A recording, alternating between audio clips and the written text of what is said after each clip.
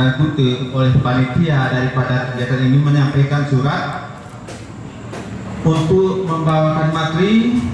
Ini ada dua pertanyaan yang diajukan kepada kami, yaitu dalam menentukan regulasi untuk program desa, DPMK selaku perpanjangan pemerintah bagaimana untuk melibatkan sarjana bagi aparatur desa. Itu yang pertama.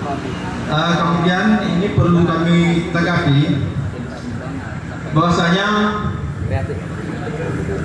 masalah aparatur desa ini sudah diatur di dalam Undang-Undang Nomor 6 Tahun 2014 tentang desa.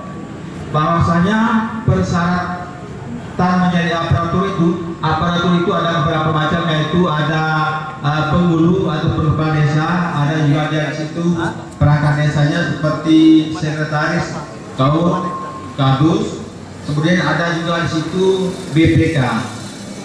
Sudah ditetapkan bahwasanya untuk menjadi kepala desa syarat pendidikannya minimal harus SMP. Itu sudah dikunci. Artinya kalau lewat dari SMP dia tamat SMA ataupun sarjana lebih bagus. Tetapi kalau misalnya harus sarjana kita buat menjadi persyaratan untuk menjadi calon penghulu, ini nanti bertentangan dengan regulasi yang lebih tinggi. Kemudian juga untuk perangkat desa persyaratan pendidikannya memang lebih tinggi daripada penghulu, yaitu minimal SMA sederajat.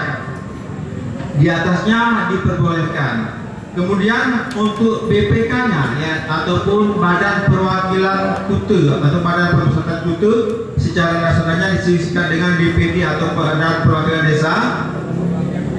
Persyaratan minimal untuk menjadi anggota BPK juga tamat SMP. Bagaimana kalau seandainya regulasinya kita rubah menjadi minimal pendidikan yang paling rendah untuk menjadi perangkat desa itu harus tamat sarjana? Kalau nanti kita buat kebijakan, artinya kita melanggar regulasi. Artinya untuk regulasi melibatkan sarjana sebagai aparatur pemerintahan Kuta tidak bisa kita kunci, harus diatur sarjana.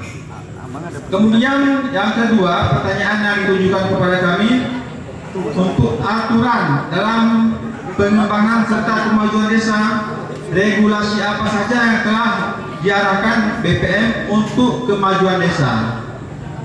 Bapak Ibu sekalian, DPMK beserta tim yang ada di pemerintah Kabupaten Aceh Tenggara setiap tahun menggodok peraturan bupati tentang desa. Ada beberapa peraturan bupati yang setiap tahun harus diganti. Ada juga yang tidak setiap tahun harus diganti.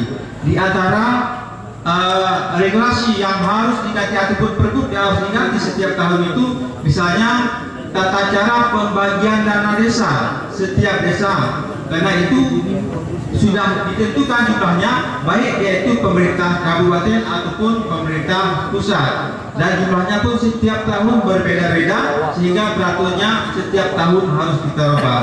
Kemudian juga ada peraturan bupati tentang belanja penyelenggaraan pemerintahan Kuta dan pembinaan permasyarakatan, karena di situ juga adalah diatur tentang penghasilan tetap aparatur pemerintahan Kuta.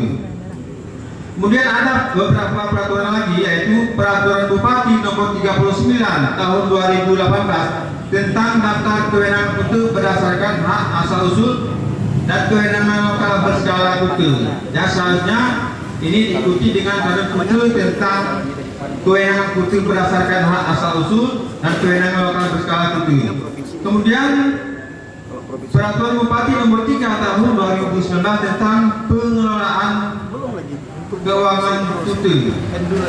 Ada lagi Peraturan Bupati Nomor 27 Tahun 2016 tentang tata cara pengadaan barang dan jasa di Kuta. Peraturan Bupati Aceh Tenggara Nomor 9 Tahun 2018 tentang petunjuk teknis pengembangan dan penerapan teknologi tepat guna dalam pengelolaan sumber daya alam di Kutu.